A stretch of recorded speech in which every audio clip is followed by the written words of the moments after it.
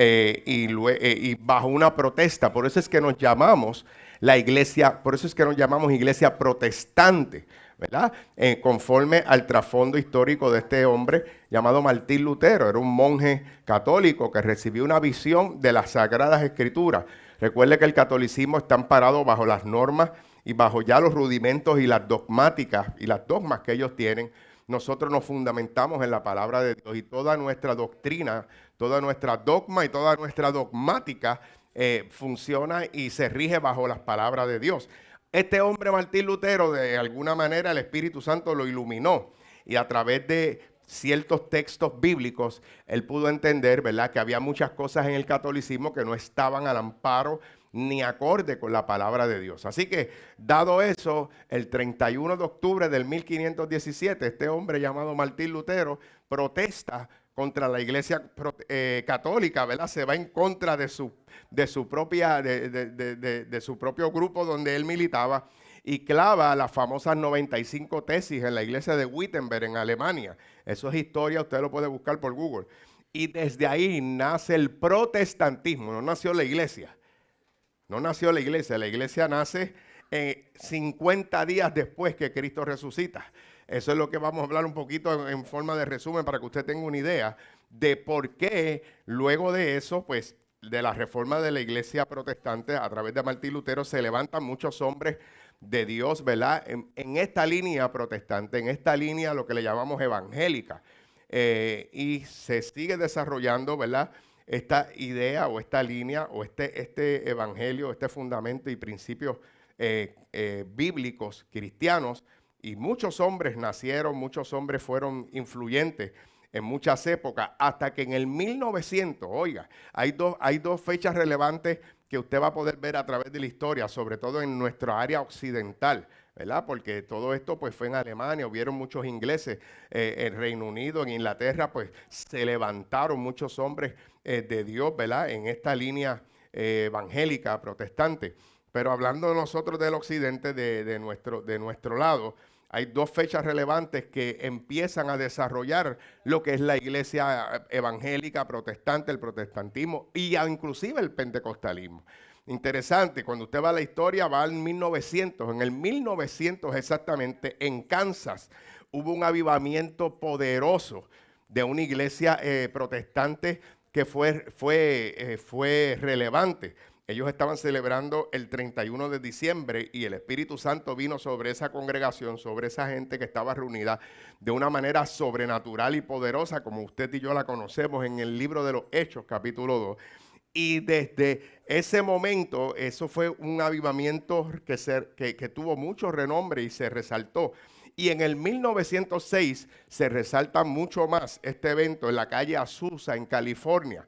En el 1906 hubo un avivamiento poderoso, sobrenatural sobre la iglesia y hubo un avivamiento que se esparció de una manera poderosa. Así que básicamente esas son las dos fechas relevantes que empiezan a cumplir lo que dice la palabra de Dios y que ya mismo yo se la voy a citar conforme a lo que dijo el apóstol Pedro en esa misma experiencia de ese día. Interesante, en el ámbito de nosotros los puertorriqueños, el protestantismo o el pentecostalismo se desarrolla de una manera bien particular.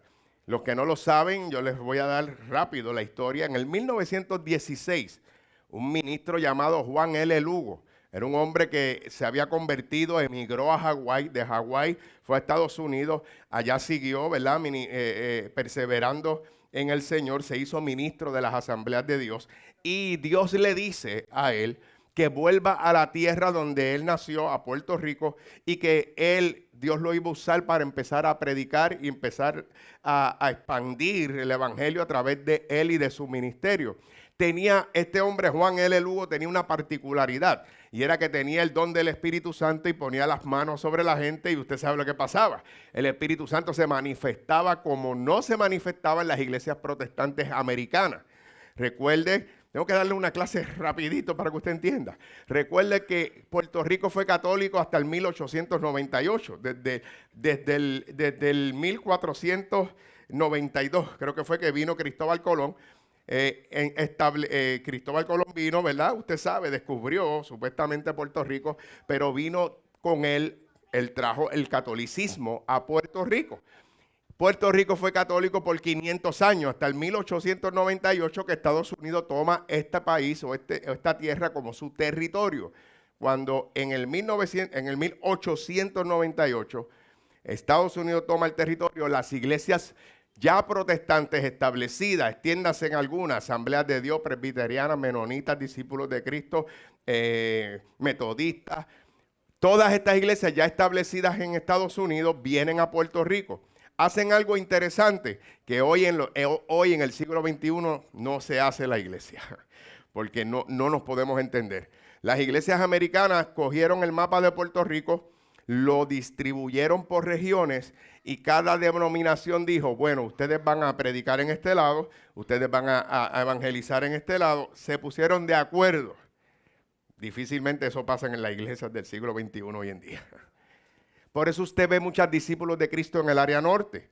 Por eso usted ve muchas iglesias presbiterianas en el área oeste. Por eso usted ve iglesias menonitas en el área central de Puerto Rico. Eso no es casualidad. Es que desde ese tiempo las iglesias americanas se distribuyeron por región para evangelizar a Puerto Rico. Pero había un gran detalle, que las iglesias americanas protestantes no tenían la experiencia del poder del Espíritu Santo manifestándose en las vidas. Simplemente ellos vinieron a enseñar, a doctrinar. Tenemos que decirlo, lamentablemente nuestro Puerto Rico del 1800 eran analfabetas. Muchos necesitaban ser educados, necesitaban adoctrinarse en el sentido educacional. Y para eso las denominaciones vinieron en calidad de enseñar, de adoctrinar, pero no pueden dar lo que no tenían. Sin embargo, Juan L. Lugo, vaya a la historia, vaya a Google. Esto lo estudié para la gloria de Dios y por la gracia de Dios, donde estudié, ¿verdad? En estudios teológicos. Y Juan L. Lugo tenía este don, el don de poner las manos y de que cuando pusiera las manos en el nombre de Jesús, se manifestaba el Espíritu de Dios en lengua, sanando lo que pasa hoy en día, por lo menos en esta iglesia. Por lo menos en esta iglesia pasa todavía eso.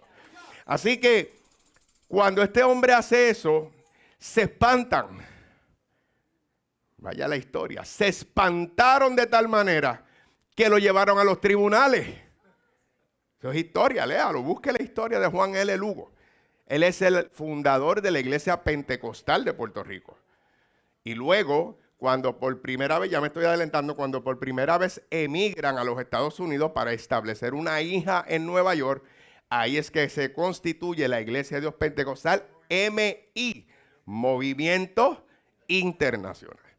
Pero este hombre, cuando en ese primer culto que lo invitaron, él empezó predicando en una calle que ahora no la recuerdo, debajo de un poste en Ponce.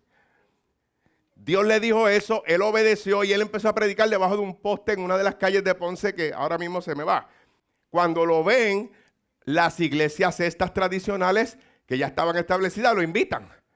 Pero cuando este hombre empieza a predicar y de momento empezó a poner las manos sobre la gente y la gente empezó a brincar, a sentir el poder de Dios, a manifestarse el poder de Dios, a salir los demonios, a hacer sentidos el poder a través del don de lengua, de impartición, de poder. Usted sabe todo lo que pasa. Lo llevan a los tribunales de Ponce para que no predique lo que estaba predicando, para que no impartiera lo que vieron ese día allí. ¿Sabe qué? ¿Qué pusieron? ¿Sabe qué? Lo que le ayudó a él fue que tenía credenciales de la asamblea de Dios. Y por tener credenciales, para que usted vea lo importante, por eso yo aquí, a los ministros que salgan aquí, tienen que tener credenciales. Yo no voy a levantar iglesia por levantarla. Que cuando vayan a donde un ministro no tenga ni credenciales. Eso es un paréntesis, olvídese de eso. Así que interesante, este hombre tenía credenciales y por eso no le pudieron impedir que siguiera haciendo eso.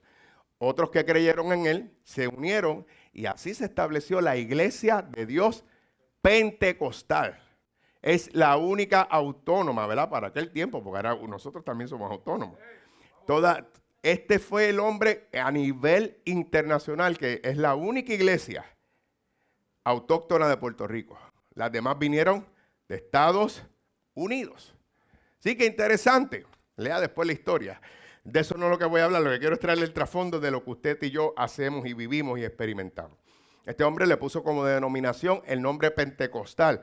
¿Por qué? A través de la experiencia que reciben los discípulos en Hechos capítulo 2. Y aquí es donde vamos, a través del tiempo, ¿verdad? De hecho, la denominación pentecostal es la más grande en Puerto Rico.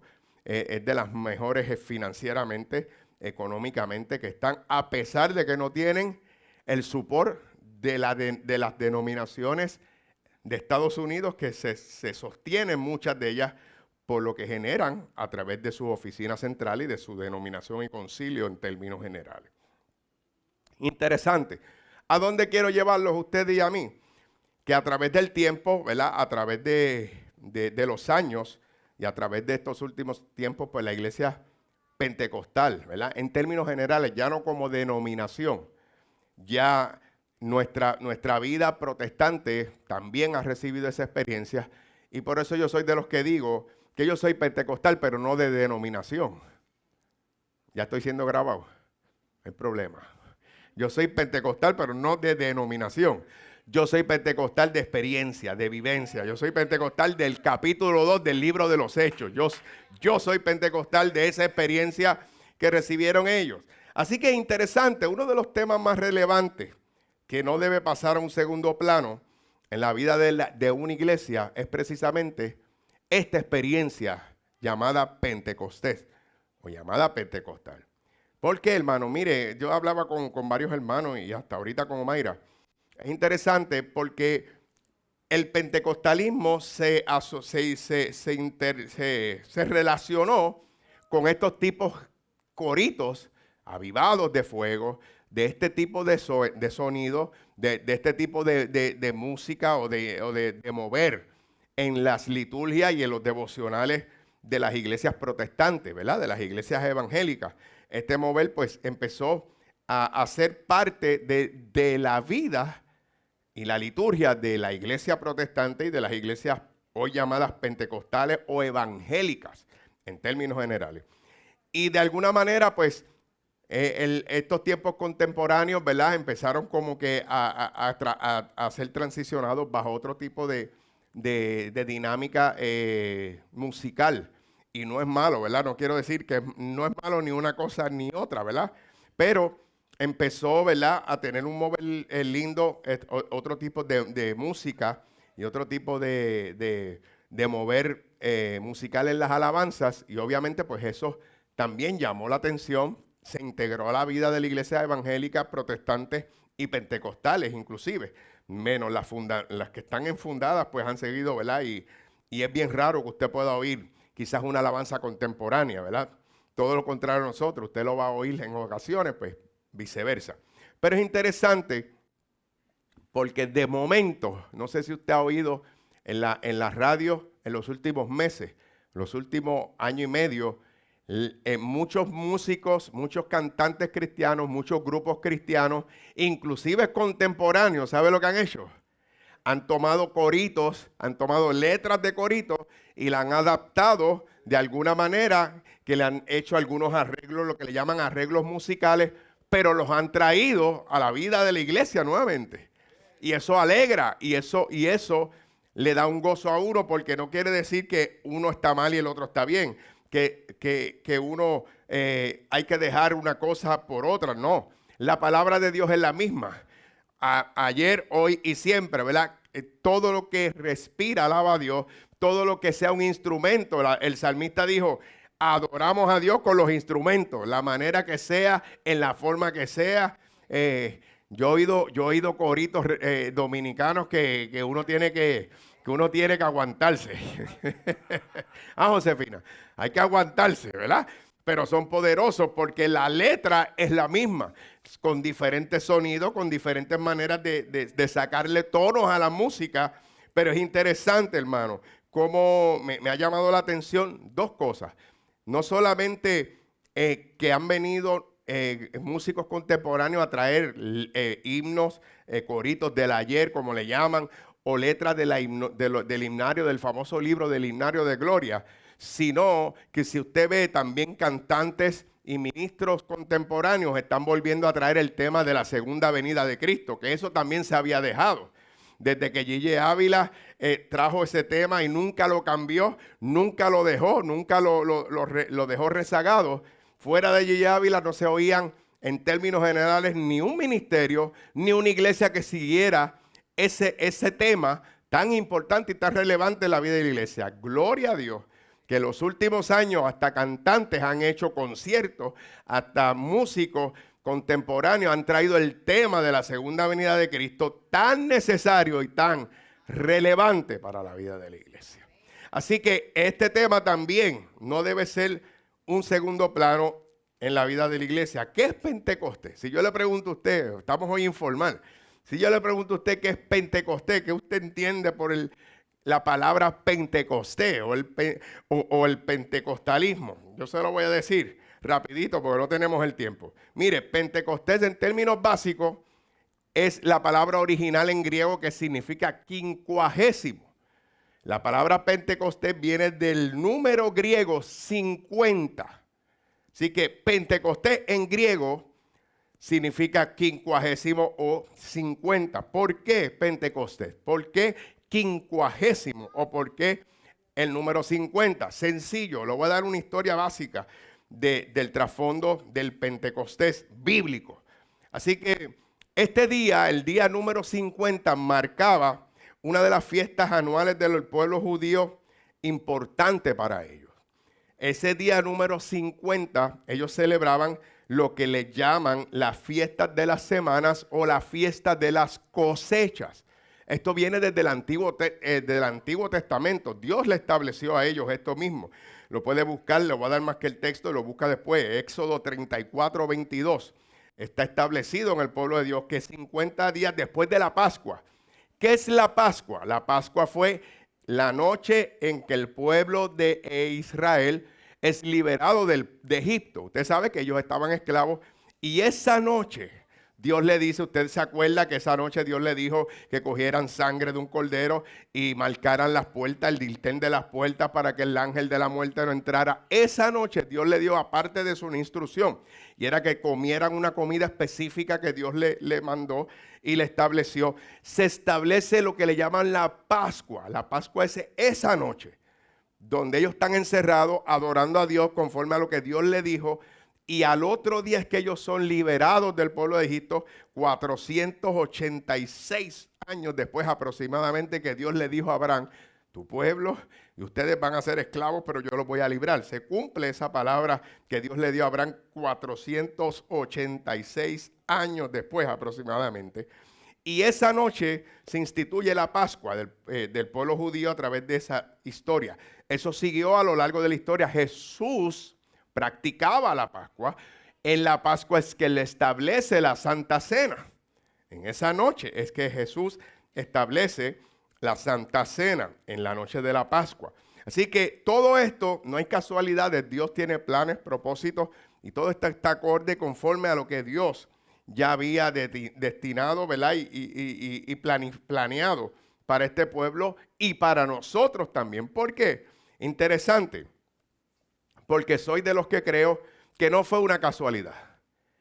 Ese día número 50, ese día quincuagésimo, ese día Pentecostés, donde ellos iban a celebrar lo que ellos hacían. Sacaban los primeros frutos del trigo y se lo presentaban a Dios en ofrenda. Eso es lo que hoy en día muchas iglesias contemporáneas y modernas le llaman las primicias, ¿verdad? Las primicias era que 50 días, ese día 50, todo judío tenía que sacar de su siembra la primera cosecha y se la tenía. No era opción, no era una alternativa, se la tenía que presentar a Dios como ofrenda. ¿Y qué pasa? ¿Qué pasó? Usted sabe que ese día 50 se presentaba, como le dije, los primeros frutos del trigo al Señor. Y soy de los que creo que no fue casualidad, porque ese día representa la gran cosecha que hasta hoy usted y yo somos parte, ha recogido la obra, el ministerio y la misión de Cristo y de su iglesia. Así que usted es parte de ese cumplimiento de aquel 50º día, donde se presentó la primera cosecha. Hoy todavía usted y yo somos parte de esa gran cosecha. Y ahí es donde entonces se establece en este día Pentecostés, lo que usted y yo conocemos y sabemos. Así que Pentecostés son 4 cosas básicas que yo le voy a decir rapidito. Pentecostés es una promesa. Diga conmigo, Pentecostés es una promesa. Es una promesa porque el Señor estableció 2 textos rapiditos que voy a leer, y usted lo sabe. Jesús estableció a los discípulos que en Juan 4, por ejemplo, Juan 4, 34 al 36, voy a hacerlo lo más rápido posible. Esto fue de una noche para otra, ¿sí? Así que no debe ser muy largo. Juan 4, 34 al 36, mire lo que dice, que yo quiero que usted entienda y comprenda mucho mejor lo que es el Pentecostés. Porque estamos camino a, el domingo que viene es el día 50, el domingo que viene es que lo vamos a celebrar porque es el día 50 como tal. Esto es un preámbulo. Así que el día 50 se cumple el domingo que viene. Mire lo que dice del 34 al 36, la palabra del Señor. Mire lo que dice Jesús. Jesús dijo, mi comida es que haga la voluntad del que me envió y acabe su obra. Y mire lo que dice. Dice, ¿no dicen ustedes aún falta 4 meses para que llegue la siega? He aquí yo digo, alzad vuestros ojos y mirad los campos porque ya están blancos para la siega. Y el que siega recibe salario y recoge fruto para vida eterna, para que el que siembra goce juntamente con el que siega. Y mire lo que dice Mateo 9, que este es mucho más claro y yo sé que muchos de ustedes lo han oído y lo pueden asociar mejor. Dice, recorría Jesús todas las ciudades y aldeas, enseñando en las sinagogas de ellos, predicando el evangelio del reino y sanando toda enfermedad y toda dolencia en el pueblo. Y al ver las multitudes tuvo compasión de ellas porque estaban desamparadas y dispersas como ovejas que no tienen pastor. Entonces dijo Jesús a los discípulos, a la verdad, la mies es mucha, mas los obreros pocos. Rogad pues al Señor de la mies que envíe obreros a su mies. Así que lo primero, yo voy a traer 4 puntos básicos y bien condensados. Lo primero para mí, y lo que usted debe entender conforme a la Biblia, que Pentecostés es una promesa. Es una promesa que estableció el Señor para que nosotros fuéramos parte de esa cosecha, para que nosotros fuéramos parte de lo que Jesús sembró, de lo que Jesús estableció, y nosotros fuéramos parte de esa cosecha como obreros, de esa semilla que fue sembrada a través de la obra, persona, vida, muerte y resurrección de nuestro Señor Jesucristo. ¿Qué es una promesa? En términos sencillos, la palabra promesa es la voluntad de dar algo o hacer algo por alguien. Es un ofrecimiento. Así que lo primero que tenemos que entender es que Pentecostés es algo que Dios prometió para usted y para mí. La experiencia Pentecostés es una experiencia ofrecida para todos los que creen en Él. ¿Para hacer los qué? Para que brinquemos y saltemos. No necesariamente, por eso quiero establecerle la base. Lo primero que Jesús quiere establecer con nosotros no es que esta experiencia Pentecostés para que usted brinque, para que usted salte, para que usted baile en el dedo gordo del pie, para que toquemos pandereta. No, es para entender que somos parte de una misión y nos hemos convertido en obreros, en hombres y mujeres que van a cosechar en esa gran comisión la buena semilla de proclamar las buenas nuevas de salvación, de seguir estableciendo su reino en esta tierra. Y como Él mismo dijo en sus palabras finales que están en el libro de los Hechos, ya voy por ahí, ya me voy a concentrar en ese gran libro. Mire lo que Jesús dijo al principio en el libro de los Hechos, del 4 en adelante, ¿verdad? Lucas, el autor, parafraseando las palabras de Jesús. Dice, y estando todos juntos, Jesús les mandó que no se fueran de Jerusalén, sino que esperasen ¿qué?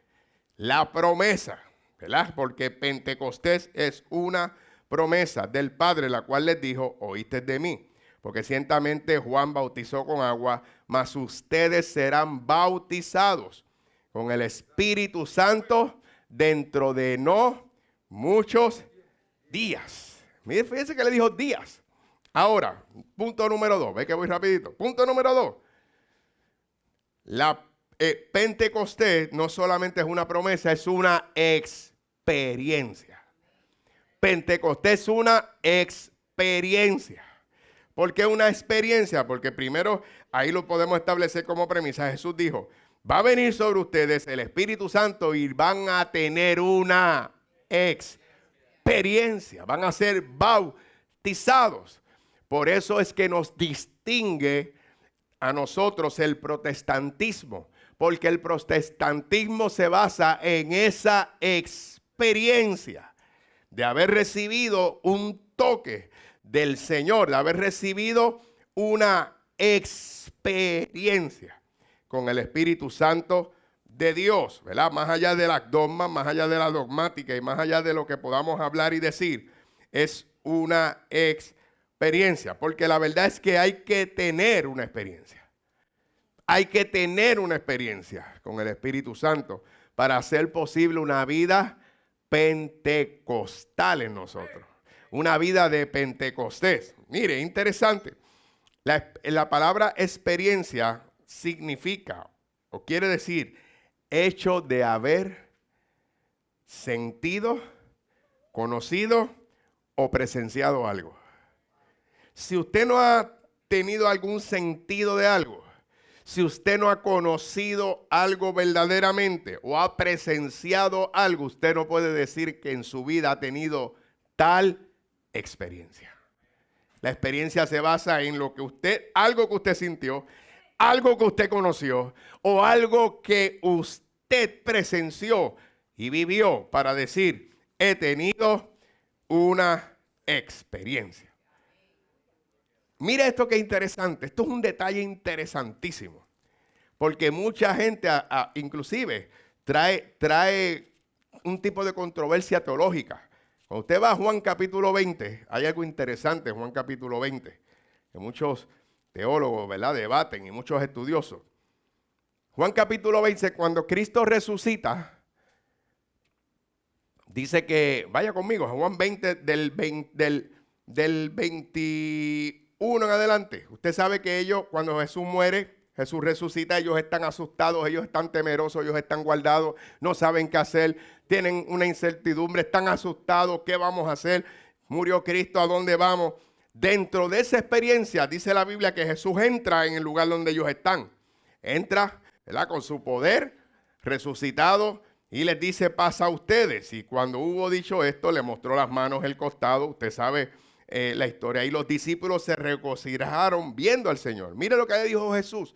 Entonces Jesús les dijo otra vez, paz a ustedes, como me envió el Padre, así yo los envío. Y dice el 22, mire qué interesante ese texto 22, dice, y habiendo dicho esto, sopló y les dijo, recibid el Espíritu Santo. Recibid el Espíritu Santo. Y quizás usted dice, wow, ¿sabe qué? En ellos ahí no nació el Pentecostés. Porque ellos recibieron solamente una experiencia. Ellos no recibieron la promesa verdadera de Cristo que le dijo, cuando venga sobre ustedes van a recibir poder y va a estar con ustedes y en ustedes hasta que vengan a mi presencia. Sí, que interesante, muchos estudiosos se quedan como medio, pero realmente muchos teólogos están de acuerdo en que realmente lo que ellos recibieron ahí fue una experiencia. Pudieron conocer lo que realmente Cristo quería en ellos. Una experiencia que los pudiera preparar para lo que Cristo les comisionó hacer. Podemos hablar del Antiguo Testamento y nos quedaríamos. Saúl recibió el Espíritu de Dios. Hombres y mujeres recibían el Espíritu de Dios, recibían ese toque, esa unción de momento, pero era una manifestación de la experiencia. Era una experiencia más bien que en ese momento era necesaria. Así que al Cristo decirle, mire qué interesante, reciban el Espíritu Santo, lo más acorde para muchos estudiosos es que simplemente lo recibieron como una experiencia, no como una morada. La promesa ya ha pasado. No como una morada, como una experiencia. La morada venía después, como Cristo se lo anticipó. Así que interesante. Esto es interesante, hermano, porque una morada es muy diferente a una experiencia, ¿verdad? En el término espiritual, en el término de nosotros, como gente espiritual que está acorde a las cosas de Dios, que son espirituales. Así que esta experiencia los marcó, pero no los llenó. ¿Entendió? Esta experiencia los marcó, pero no los llenó. Simplemente una experiencia te marca, una experiencia te afirma, una experiencia te viste, una experiencia te posiciona, una experiencia te prepara, una experiencia te capacita hasta cierto punto para tú ejercer eventualmente, tú ejercer lo que fuiste llamado a hacer o a lo que fuiste diseñado. Ejemplo. Yo le dije, Señor, dame un ejemplo, por lo menos para poder tener una mejor comprensión. ¿Sabe cuál fue el que me llegó? Los alimentos no perecederos. Estos envases que son destinados para guardar alimentos no perecederos tienen que ser acomodados por un material que se llama, por aquí lo tenía, resina. Si una lata no está cubierta con ese material, lo que usted le ponga adentro se va a podrir, se va a dañar, se va a contaminar y usted no lo va a poder comer. Así que lo que Cristo realmente hizo fue, ¿verdad? Si lo parafraseamos, era ponerle esa resina, prepararlos, acondicionarlos, decirle con esta experiencia que van a tener ahora, al yo soplar, está mi presencia, yo soy espíritu, yo soy la deidad, yo no solamente soy Cristo, yo soy el Padre, yo soy el Hijo, yo soy el Espíritu Santo y ustedes tienen que estar a tonos conmigo, así que yo soplo vida, soplo en ustedes algo que ustedes van a experimentar para que sepan que los estoy preparando. Para cuando realmente venga mi espíritu y los llene, ustedes puedan estar preparados. Interesante. Si no está esa lata, si no tiene ese material, no va a durar ni una semana.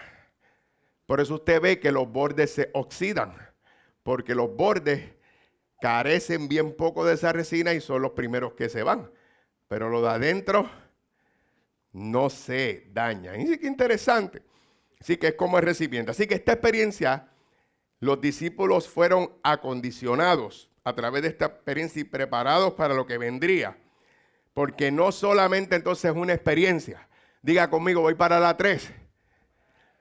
Pentecostés no es solo una promesa. Pentecostés no es solo una experiencia. Pentecostés es una manifestación.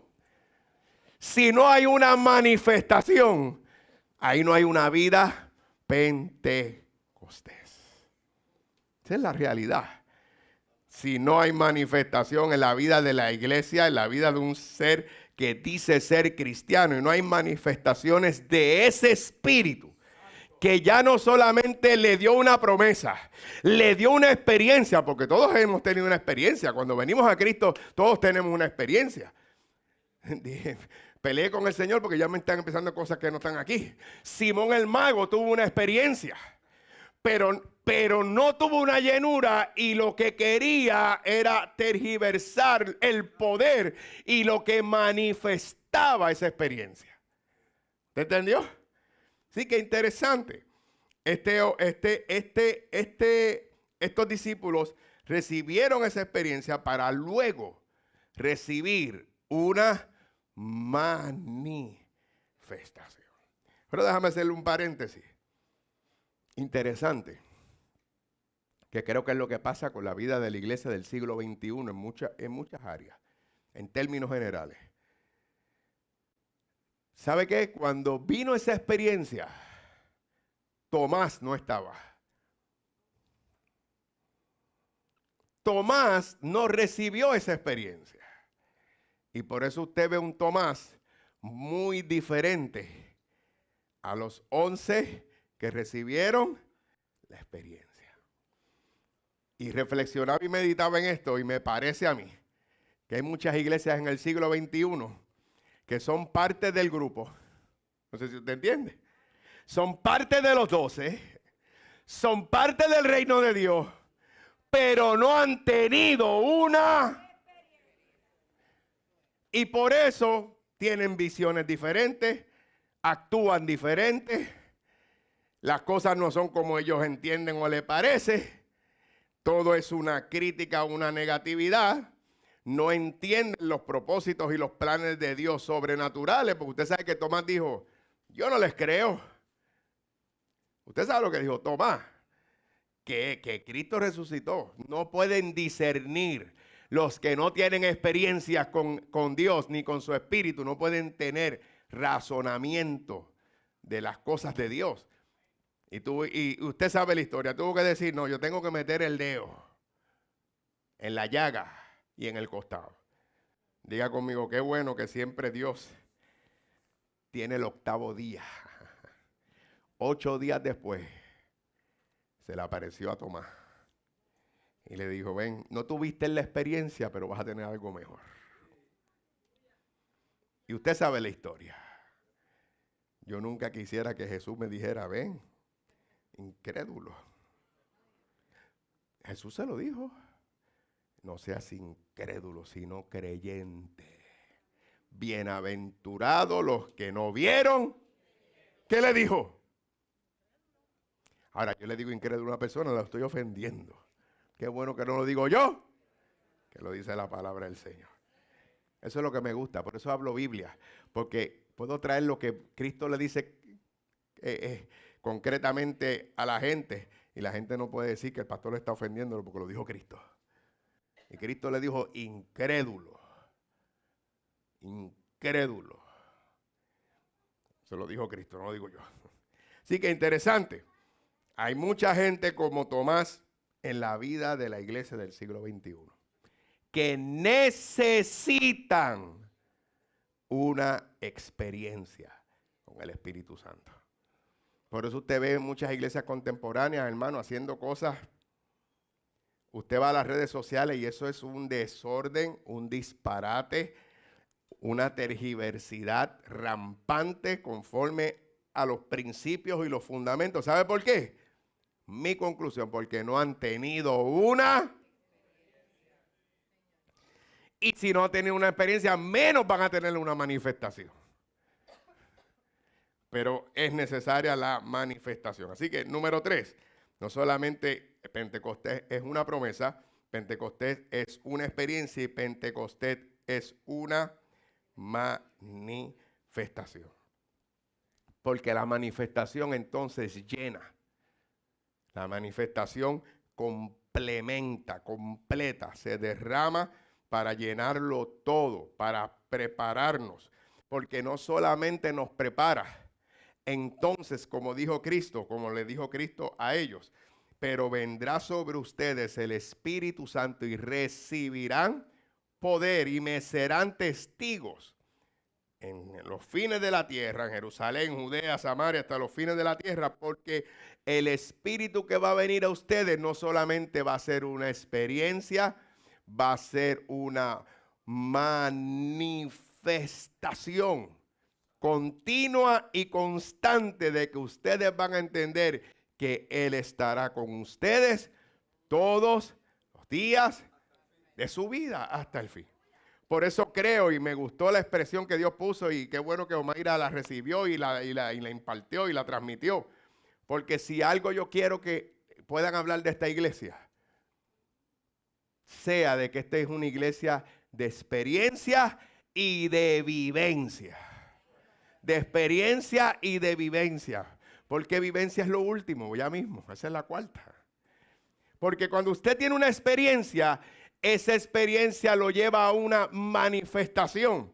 Y cuando usted recibe esa manifestación es para que usted pueda mantener viva esa manifestación. Así que interesante, la manifestación te va a llenar lo que necesitas, se derrama en ti y te va a dar lo que tú necesitas. ¿Y qué es lo único que usted necesita en esta vida pentecostal? En esta vida de Pentecostés, ¿qué es lo único que usted necesita? Cantar lindo, tocar bien.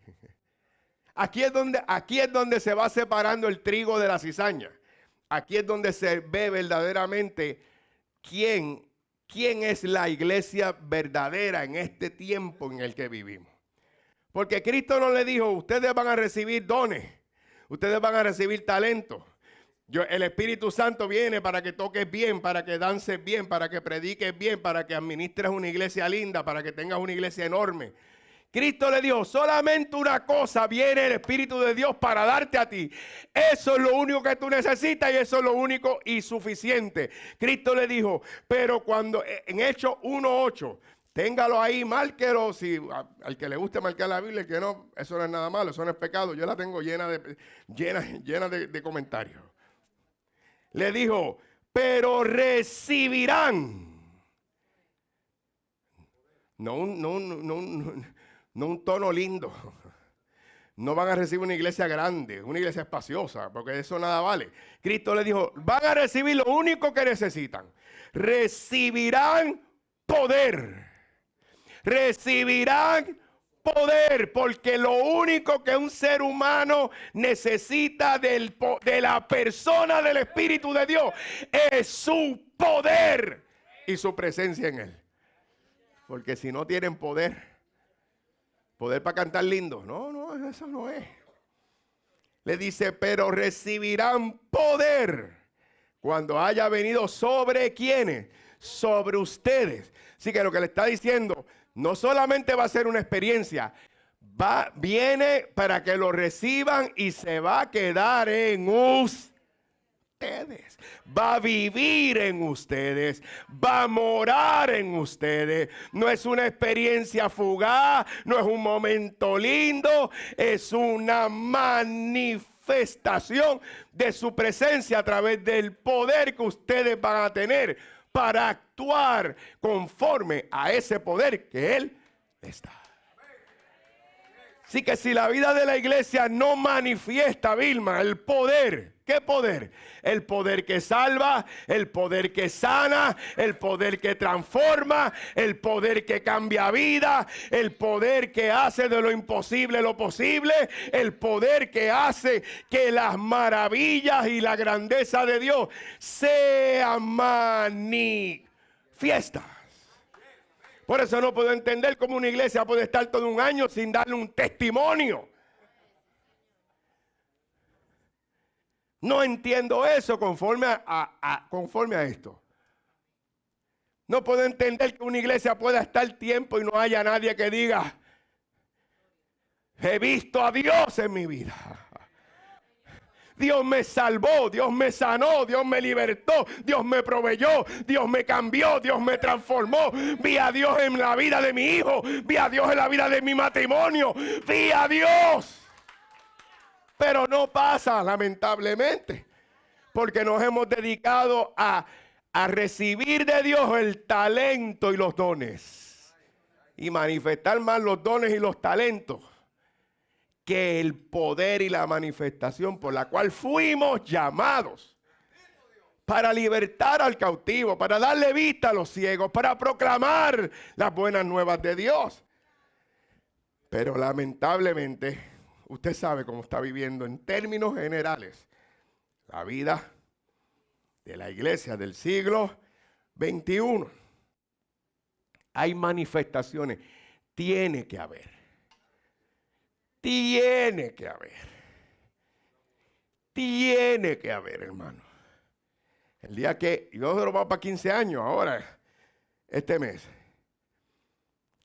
Y el día que falte una manifestación, el día que no pase nada, tenemos que ocuparnos y preocuparnos y encerrarnos y decirle, Señor, ¿qué está pasando? Porque no se está manifestando tu presencia. Porque esa es la razón de la iglesia, hermano. Por lo menos yo, le doy una pausa y un stop a todo. Y digo, no, aquí hay que buscar a Dios, aquí hay que buscar la presencia de Dios. Aquí algo hay que, si algo no está funcionando, si no estamos viendo a Dios en los devocionales, si no estamos viendo a Dios en las prédicas, si no estamos viendo que Dios hace algo, testifica a alguien por acá, lo que Dios dice, algo está pasando.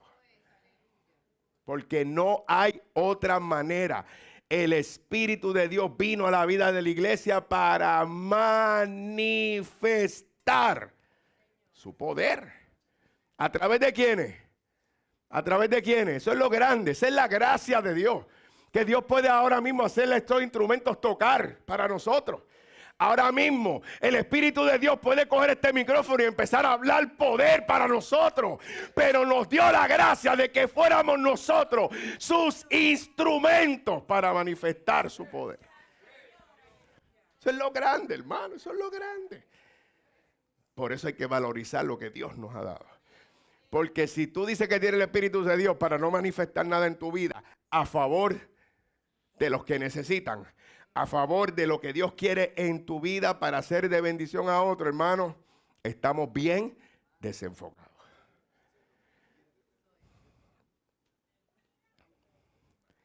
Porque hubieron tres manifestaciones sencillas. Usted las sabe.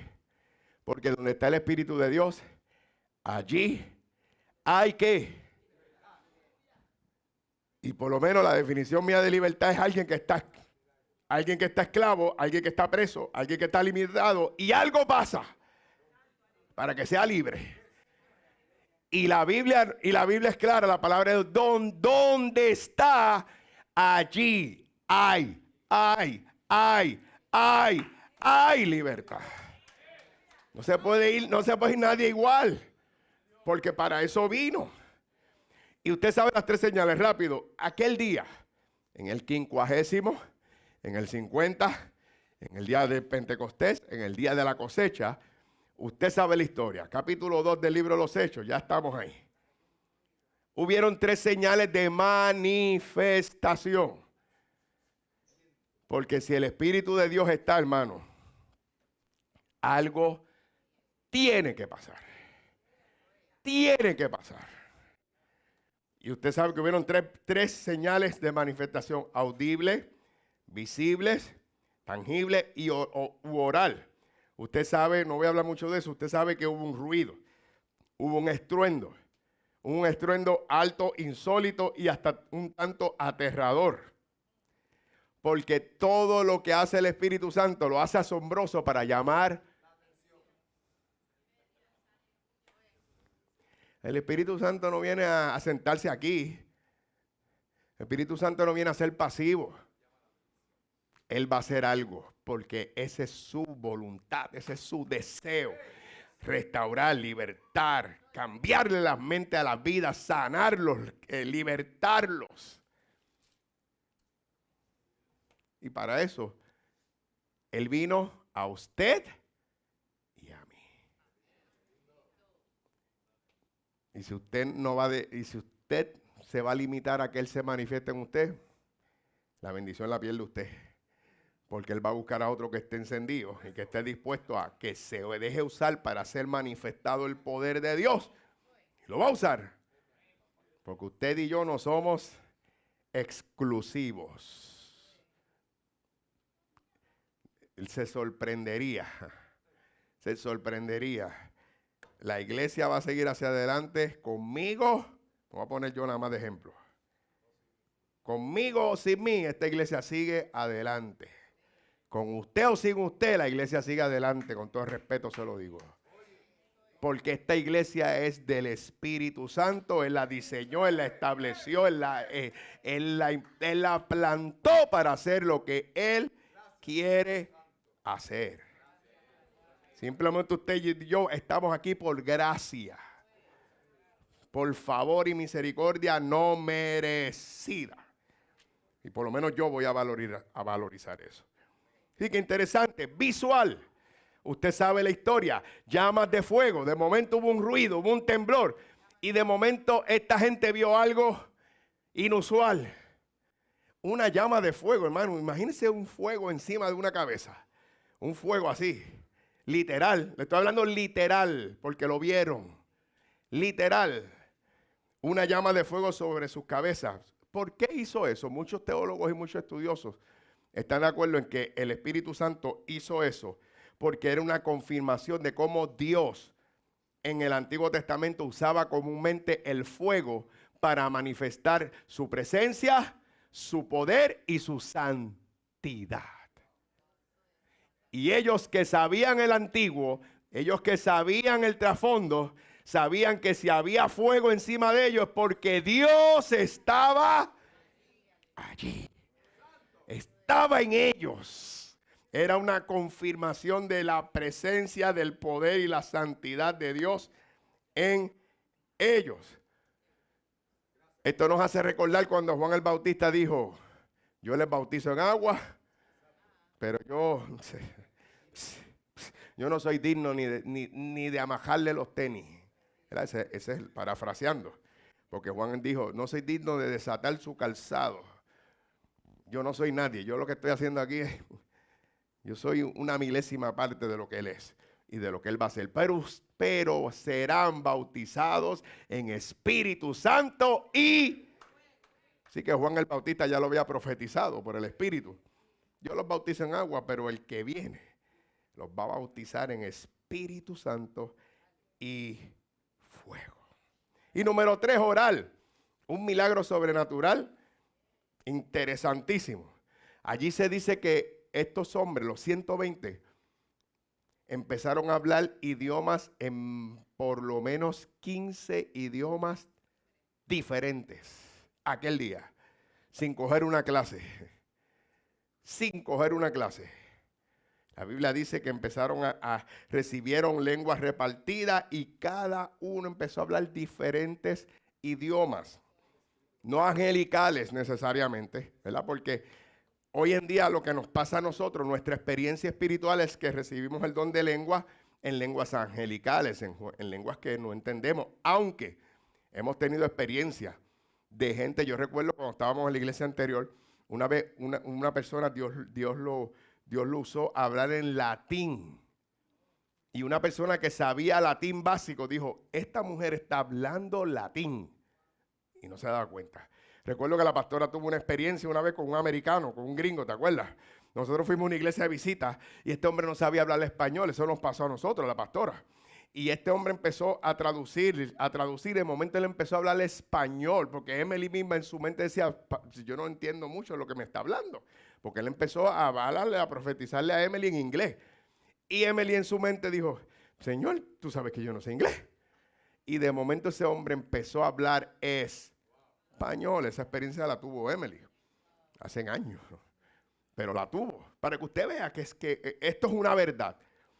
Y interesante, ¿verdad? Algo sobrenatural que pasó. Hoy en día Dios nos bendice con otras lenguas repartidas, angelicales, espirituales, que solamente usted y el Espíritu se conectan, se entienden de una manera sobrenatural. Por eso es que el apóstol Pablo dice, si usted va a recibir el don de lengua, y eso es para usted, el apóstol Pablo dice, no digo yo, el apóstol Pablo dice, pues mire,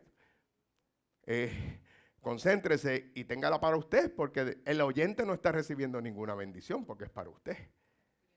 Vaya a Corintios, ahí hay unas clasecitas del apóstol Pablo sobre eso. Pero es interesante. ¿Qué quiere decir y qué pasó con esta manifestación sobre esto? Mire, hermano, la manifestación del Pentecostés en estos 3 puntos básicos es para que ellos recibieran no solo una promesa, no solo una experiencia, no solo una manifestación, sino que tuvieran una vivencia. Y ese es el último punto.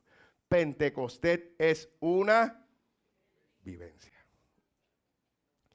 Si la iglesia no vive bajo esto, como dijo el apóstol Pablo, es un címbalo que retiñe, es un instrumento que hace ruido. Porque no está cumpliendo el propósito y el plan que Jesús instituyó y diseñó para la vida de la iglesia.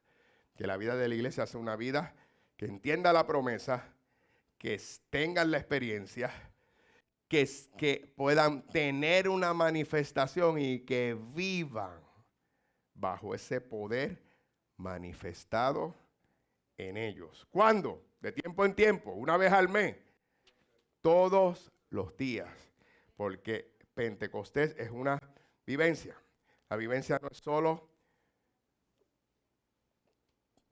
no se da solo y no solamente, sino solamente por la persona del Espíritu Santo.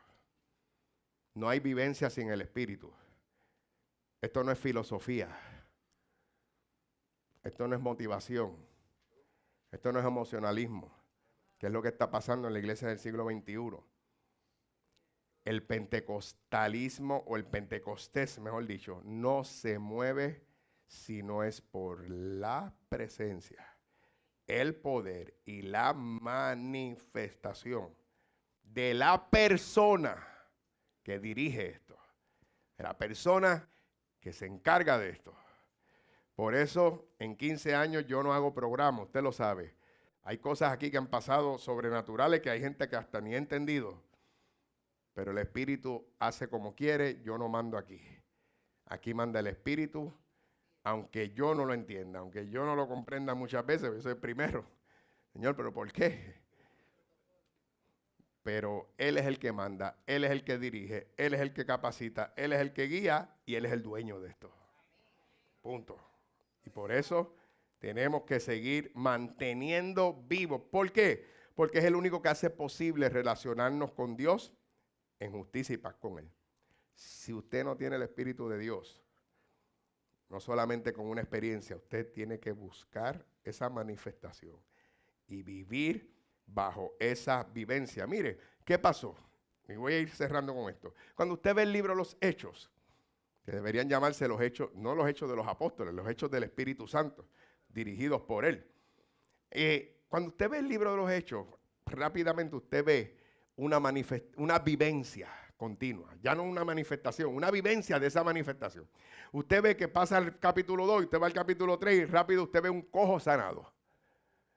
Voy a ir rapidito, por ejemplo, usted ve al 4 y usted ve al 4 donde el poder de Dios, la manifestación de Dios se está viendo con señales, maravillas, prodigios, léalo. Más adelante en el capítulo 4 usted lo ve. En el capítulo 5 usted ve al Espíritu Santo haciendo algo que yo no quisiera que jamás volviera a pasar en una iglesia. Vemos la manifestación del Espíritu Santo. Vilma, ¿sabe cómo? Sacando a un matrimonio con las piernas de frente. Las piernas primero que la cabeza. Así se manifestaba el poder de Dios. Que Pedro le dijo, ustedes le han mentido al Espíritu Santo. Aquí en la iglesia, aquí. ¿Y saben qué? ¿Saben lo que el Espíritu, saben lo que la persona y el dueño de esto va a hacer? Que ustedes van a salir por ahí con las piernas primero. ¡Bum! Primero cayó Ananías, ahí muerto. Esa es la manifestación del poder de Dios.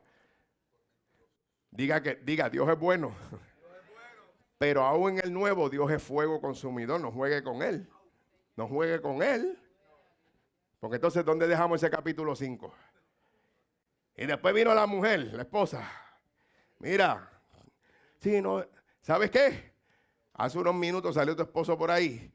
Y por tú ser igual que él de mentirle al Espíritu Santo, pues no fue a Pedro. Pedro es claro, lea el capítulo 5, le mentiste al Espíritu Santo, ¿sabes lo que te va a pasar a ti? De igual manera vas a salir por ahí. Ahí mismo cayó muerta. Eso es Biblia, eso es manifestación del poder de Dios. Nosotros estamos eso era gracia ya, porque ya Cristo había... No se equivoque, porque ese era tiempo de la gracia. No era de la ley, no se equivoque. Y por eso el apóstol Pablo dijo en Corintios, yo no sé por qué digo esto, pero qué bueno, porque estoy siendo grabado. Por eso Pablo dice en Corintios, ¿sabe qué? Capítulo 15, léalo. Hay gente enferma en la iglesia. No lo digo yo, léalo. Pablo dice, hay gente enferma en la iglesia, enferma, porque no están como el Espíritu Santo quiere que estén. Dijo más, se lo busco, bueno, no tengo tiempo, pero búsquelo. Le dijo, hay algunos que ya ni están aquí. ¿Y están?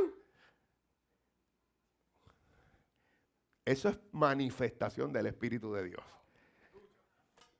1 Corintios capítulo 11 o 12, es después de la cena del Señor, porque Él está hablando, los que toman la cena indignamente, en pecado, y en pecado, y en pecado, y en pecado, tenga cuidado, mejor no la tome. Y tampoco se quede en su casa, venga y arrepiéntase, pídale perdón a Dios, pero no lo vuelva a hacer más. Mira, me voy, ¿quiere que lo busquen? 1 Corintios 11, lo voy a decir rapidito. Mire, por tanto, pruébese cada uno a sí mismo, que 1 Corintios 11 del 28 en adelante, lo voy a leer rapidito, y coma el pan y beba la copa, porque el que come y bebe indignamente, sin discernir el cuerpo del Señor, juicio come y bebe para sí mismo. Esto no lo tenía yo, el Espíritu Santo, el que manda, quería hablar esto, porque esto no tenía para nada. Por lo cual hay muchos enfermos. No lo digo yo, hermano. Y lo dice la palabra de Dios. Y debilitados entre ustedes y muchos. Fíjate que el apóstol Pablo fue lindo. Dijo, y muchos duermen. Lo que quiso decir fue, como no se arreglaron a tiempo. ¿Sabe lo que hizo el Espíritu Santo? Lo mismo que le hizo a Ananías y a Zafira. Gracias, no ley, Corintios, apóstol Pablo. Así se tiene que manifestar el Espíritu de Dios en estos tiempos. No que los lleve a eso, pero que por lo menos los despierte, los encamine. Lo voy a decir porque el papá no se lo daba con mala intención. Necesitan lo que hacía el papá de Tito Trinidad. Despierta para que gane. Despierta para que no pierda. Despierta para que no te noqueen. Despierta para que no te quedes en el piso. Usted sabe lo que le hacía en la cara. Era su papá. No lo hacía con mala intención. Lo que le decía es que a veces te tengo que... para que reacciones. Entonces, no queremos que el Espíritu Santo nos haga eso. Mejor es que te haga eso. A que un día duermas y no vayas al destino donde debes ser. Usted sigue viendo, mire, capítulo 6, capítulo 7, Esteban fue apedreado, el primer mártir, manifestó el poder de Dios y lo que le costó la muerte, pero está allá arriba. Vio lo que muchos no han visto, aún en la tierra. Él dijo, veo el cielo abierto, veo al Señor sentado en su trono. ¿Qué clase de privilegio? Pero ¿sabe por qué recibe el privilegio? Porque tenía la manifestación y la vivencia de la persona del Espíritu Santo. Después vemos a Saulo convertido en Pablo. Vemos a gentiles recibiendo el Espíritu Santo. Un Cornelio, un romano, que no sabía Biblia, que no sabía nada de Dios, pero tenía fe. Y usted sabe lo que pasó. Recibió el Espíritu Santo. Tuvo que tener, ese es otro tema. Dios tuvo que darle un sueño a Pedro para que le dijera, salte del prejuicio, salte del prejuicio.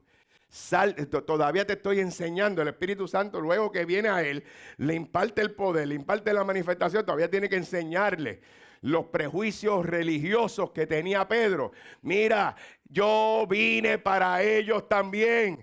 No, ellos no están mal. Ellos necesitan a alguien como tú, que tú les hables y les ministres, les diga, hay fe, hay gracia y misericordia de Dios para cambiarte. Y usted sabe el sueño que tuvo. Dios le enseñó un lechoncito, buena gente, un buen pernil. Y Pedro dijo, no, padre, yo no como pernil. Los judíos no comen cerdo.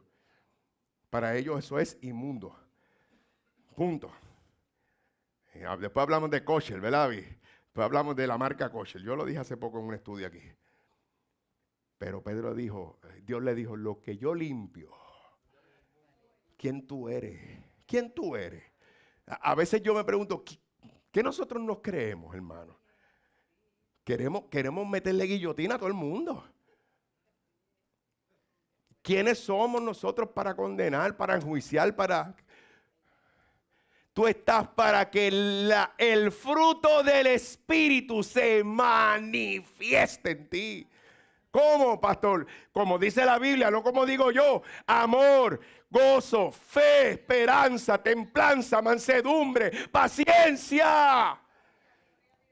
Esos son los frutos del Espíritu. El apóstol Pablo dijo, los cuales en ellos no hay ley. Nadie te puede señalar porque estás manifestando la vivencia que has recibido de él. Seguimos, hermano. Usted puede ir al capítulo 11, capítulo 12, la vida de la iglesia, el poder de la oración. Y el 19, y con este ya estoy terminando. El 19 pasa algo lindo. Pablo va a Éfeso, Vilma. Y allá hay unos cristianitos, buena gente, que cantaban coritos también. Pablo le da con hacerle una pregunta. ¿Recibieron el Espíritu Santo cuando creyeron? Yo quisiera que muchos jóvenes que hoy están en la iglesia, esa contestación fuera afirmativa en ellos. Pablo le dice, recibieron el Espíritu Santo cuando creyeron. Hechos 19:2. Ellos dijeron, ¿what? ¿What? ¿Verdad? Eso es en mi imaginación. ¿Qué es eso, apóstol Pablo? ¿Qué es eso, Pablo? ¿De qué usted me está hablando? Está hablando cosas que no entiendo. Dicen que ellos no sabían ni quién era el Espíritu Santo. Lamentablemente hay iglesias del siglo XXI, cristianos, que le puedes hacer la misma pregunta y te van a decir, yo no he recibido ninguna experiencia. Yo no he tenido una manifestación del Espíritu de Dios. Pues búscala, porque algo está pasando, porque Él te la va a dar, pero tú tienes que buscarla, recibirla y entregar tu ser para que esta palabra se haga una verdad en ti. Hay que cantarle estos coritos. Estaban todos unánimes en ruego y oración. Esa no la cantaste. Y desde el cielo, hay que cantárselo para que Pablo tenía que cantarle este corito a esa gente. Y desde el cielo bajó el Espíritu Santo. Espíritu Santo, lléname, lléname. A que tú no sabes lo que la iglesia pasó, lo que pasó. Fue que sobre la iglesia se derramó. A mí me gusta, muchos coritos tienen declaraciones teológicas, proféticas, y lamentablemente en un tiempo hasta se menospreciaron por este auge de las iglesias modernas y contemporáneas. Ninguna palabra donde esté Dios y su palabra y su declaración de fe, hermano, no debe ser menospreciada. Que sean estilos y usted tenga estilos de preferencia, ok, fine. Pero usted no puede denigrar ni puede menospreciar lo que pueda constituirse en una declaración de salvación, de fe, de esperanza. Se ha oído testimonios de gente que solamente con un Cristo te ama se han convertido. Y ya eso no se dice. Y eso se expresaba mucho en los años 60, 70, 80. Cristo te ama, Cristo te ama, Cristo te ama. ¿Ya usted oye eso? No oye eso. Ahora todo es, busca al Señor, busca la paz, busca en tu interior, internaliza, piensa. Y la palabra Cristo es la menos mencionada. ¿Sabe qué? Por eso siempre Hechos capítulo 2 es y será ese punto de avivamiento en la vida de la iglesia. Siempre será ese punto donde todo comenzó. En el sentido eclesiástico, ¿verdad? En el sentido de la liturgia y de la experiencia, de la manifestación y de la vivencia de la iglesia y de los que la componen. ¿Cuántos dicen amén? Por eso, y con esto termino, póngase en pie. Me gusta como cuando vino el Espíritu Santo aquel día, lo primero que manifestó el poder de Dios, ¿sabe qué fue? Un sermón. Algunos que no tienen paciencia con los sermones y las predicaciones, ¿sabe? Fue lo primero que manifestó el Espíritu de Dios ese día. Una predicación. Un sermón. Un sermón que costó, ¿sabe cuánto? 3,000 personas se convirtieron ese día. Pero ¿sabe cómo fue el sermón? Le dijo, ustedes entregaron a Cristo, pero Dios lo hizo Señor y Cristo. Y al final, después de todo eso, ¿sabe lo que le dijo? ¿Qué vamos a hacer? Lo que se ha perdido en nuestras administraciones de estos tiempos. Hoy los llamados son, ven, restaura tu vida. El llamado de Pedro de la primera predicación de la manifestación del poder del Espíritu Santo, ¿sabe cuál fue? Lo voy a leer para que no digan que soy yo. Pedro les dijo, arrepiéntanse. Ese fue su llamado. Imagínese, usted hoy hace un llamado así. ¿Usted cree que la gente va a venir? Les dijo, arrepiéntanse y bautícense en cada uno en el nombre de nuestro Señor Jesucristo para que sean perdonados sus pecados. Imagínense, un llamado como eso en estos días, ¿no? Y recibirán, pero aquí está lo bueno, lo que todavía hay que decir, y recibirán el don del Espíritu Santo, porque para ustedes es la promesa, y para sus hijos y para todos los que están lejos, a todos los que el Señor nuestro Dios llamare. Tú y yo hemos sido llamados. Si tú y yo estamos aquí, es porque hemos sido llamados. Hemos sido llamados a este evangelio lindo, a este privilegio que Dios nos da. A este privilegio, hermano. Hoy es un viernes y yo sé que muchos estamos cansados. Pero piense nada más un viernes en el cual usted un día que no esté aquí hoy, ¿dónde estaba? Piense en eso, hermano. A las 10:10 de la noche, piense en un viernes cuando usted no conoce a Cristo, ¿dónde estaba? Había gente todavía que ni había salido de su casa para ir a la calle. ¿Cierto o falso? ¿Estoy equivocado?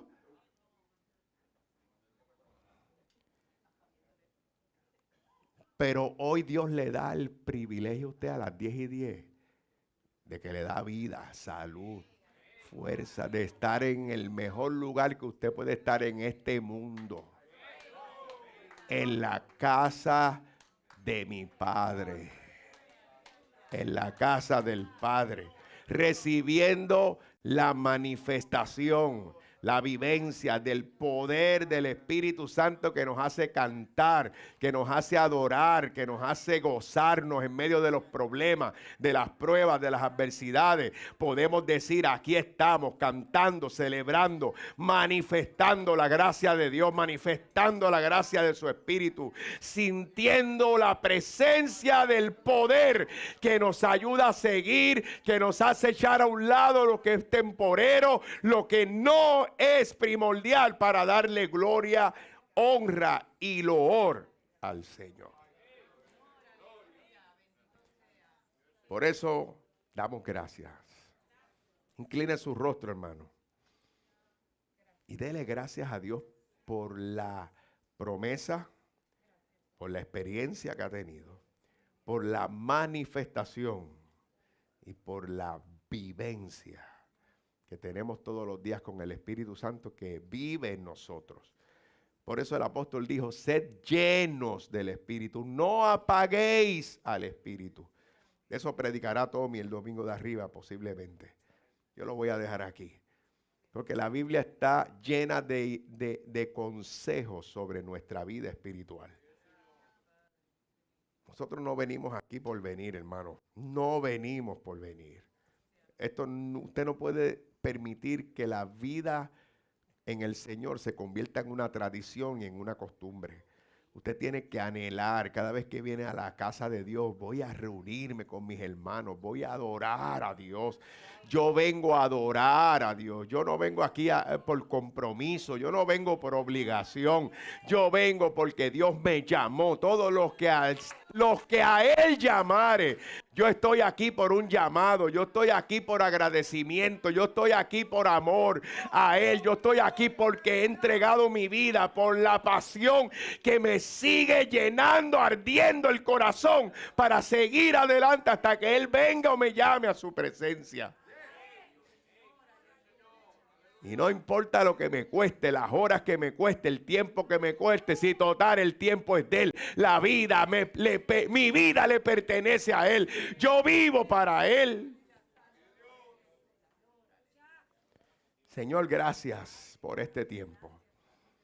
Gracias por este privilegio. Gracias porque esta iglesia valoriza quién tú eres. Tú eres el Espíritu Santo de Dios.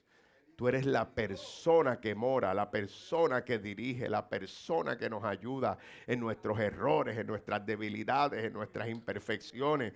Tú nos suples lo que nos falta, tú nos llenas, tú nos ayudas, tú nos alientas. Cuando la debilidad llega, cuando las lágrimas llegan, cuando el desánimo trata de aparecer, tú nos das fuerza. Fortaleceos en el Señor y en el poder de su fuerza. El gozo del Señor es mi fortaleza, porque cuando entiendo lo que hiciste por mí, nada me puede detener, nada me puede desanimar, nada me puede quitar de este evangelio, de lo que hiciste por mí. Gracias, gracias por el privilegio de llamarme, de escogerme, no solo a mí, a todos los que están aquí. Porque yo no soy más que ellos. Todos son importantes para ti. Todos tú los amas de igual manera. Todos somos amados por ti. Todos somos cuidados por ti. Todos somos guardados por ti. Gracias, Espíritu Santo. Te pido que esa pasión, que ese fuego que arde en nosotros, representado hoy en estos coritos, que fueron una experiencia vivida en nosotros, pero también tú manifestaste tu poder a través de ellos en muchos de nosotros, los que nos diste el privilegio de caminar unos años antes. Gracias por mi esposa, gracias por haberla llamado desde su niñez. Gracias por cuidarla de este mundo, de muchas cosas que no experimentó, no le hizo falta, porque tú le llenaste su vida desde su niñez, su adolescencia, su adultez. Honro a todo el que nace y tú lo cuidas y los guardas toda la vida de su vida. Gracias porque a mí me llamaste en plena juventud, cuando era determinante toda decisión que podía tener yo a los 16 años. Pero tu amor me cubrió. Tu amor me separó. Y hoy te doy gracias. Por eso seguiré siendo agradecido. Y por eso diré que no me apartaré de este camino. Porque tú me darás las fuerzas. Tú me ayudarás. Te pido por cada vida, por cada joven, por los que estuvieron en el retiro. Señor, ayuda a cada joven, dale fuerzas, que puedan vencer estos tiempos malos, estos tiempos de tanta tentación a la mano. Sí, a la mano literalmente a través de un dispositivo que si el diablo logra usarlo, influenciar, los puede quitar del camino fácilmente. Ayúdalos, guárdalos de todo peligro, de todo mal. A nuestros hijos, a nuestros nietos, a los que van creciendo, guárdalos de este tiempo malo, de este tiempo difícil. Todo lo dejo en tus manos. Y te pido, Espíritu Santo, que sigas con nosotros, que sigas manifestando tu gracia, tu poder, tu favor y tu bendición sobre cada uno de nosotros. Así lo creo, así es, así será. Te doy gracias por Janet, por lo que pusiste en su corazón, por José. Gracias por lo que has hecho en ellos en este tiempo. Los has reavivado. Les has alimentado el fuego y la pasión nuevamente.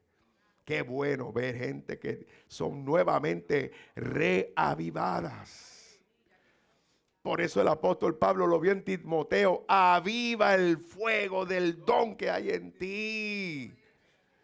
Avivemos, hermano, nuestras vidas. Señor, gracias por este tiempo lindo. Gracias por esta sorpresa que me diste a mí.